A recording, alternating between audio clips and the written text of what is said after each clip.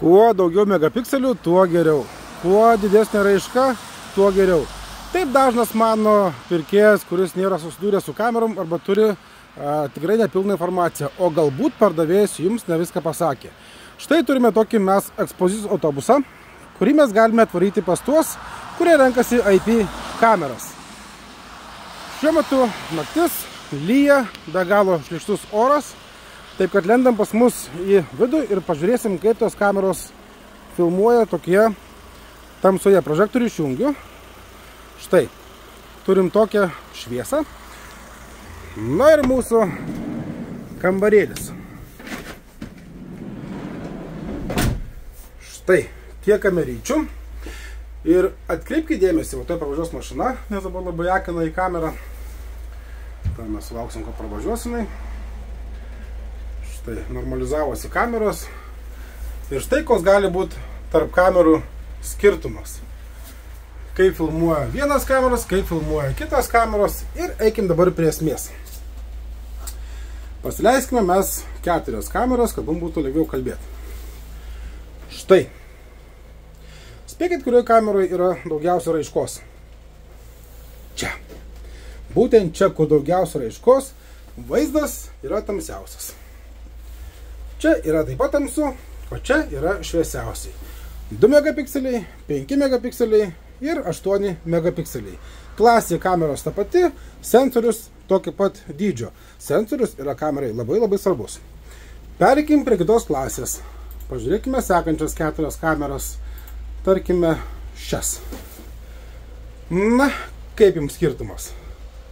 Ar tikrai megapikseliai viską daro? Spėkit, kiek čia megapikselių? 8. Čia 8. Tuo pravažiuos mašina. Taip. Čia 8, čia 5, o čia 2 megapikseliai.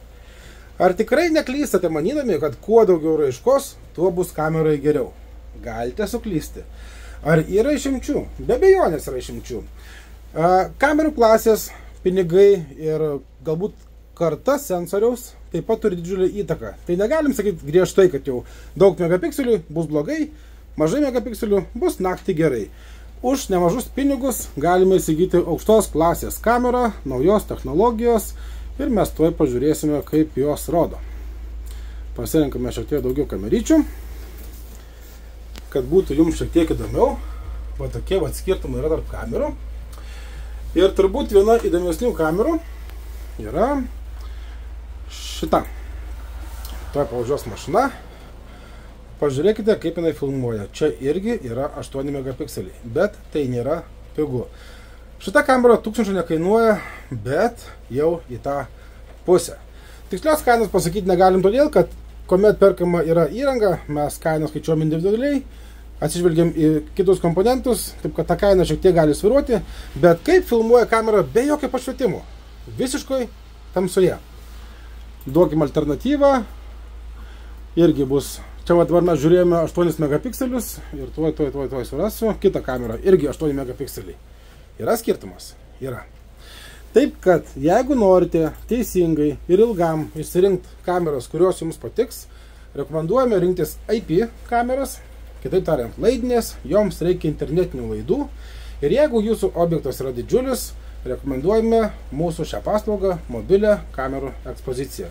Atvažiuojame į vietą, pašnekėsim ne tik apie megapikselius, pakalbėsime ir apie objektyvus, ir kameros analitiką, nes analitika kameros ypatingai yra svarbi tuomet, kuomet mes norime gauti iš kameros pranešimus. Ne apie bet kokį judėjimą, bet bent jau apie žmogų ir mašiną. Yra labai protingų kamerų, jos kainuoja, yra pigių kamerų, jos yra pigesnės. Tai yra normalu. Taip kad, atminkit gerbėmieji, 1 megapikselių pasirinkimas dar ne viskas. Dieną taip, šiek tiek bus geriau, šiek tiek bus gražiau, bet visą esmę lemia iš tikrųjų kameroje ne megapikseliai, o optika. Ir teisingas pasirinkimas būtent kiekvienos kameros, kiekviename sklypo kampe, teritorijoje, tai, ką jūs stebėsite. Tikiuosi šiek tiek aiškiau, o galbūt ir ne. Taip kad jeigu turit klausimų, kreipkitės, pasikalbėsim, atsiųskit aplinkos nuotraukų, atsiųskit video, atsiųskit adresą, arba užsukit su visa informacija pas mus į parduotuvę Kaune, Jonavos gatvė 204A ir mes išsamiai pasikalbėsime. O jeigu reikės, atvažiuokime pas jūs su šiuo autobusu. Beje, turim daug valdomų kamerų, pačių vairiausių, parodysim, kaip dirba ir jos. Ne tik fiksuotos kameros, nes tarkim, ši kamera kainuoja 6000, yra po 300 eurų, po 1500 įvairiausių. Taip, kad aklai kamerų nereikia pirkti, vadovautis aklai 1 megapikseliais taip pat nereikėtų. Ačiū ir iki.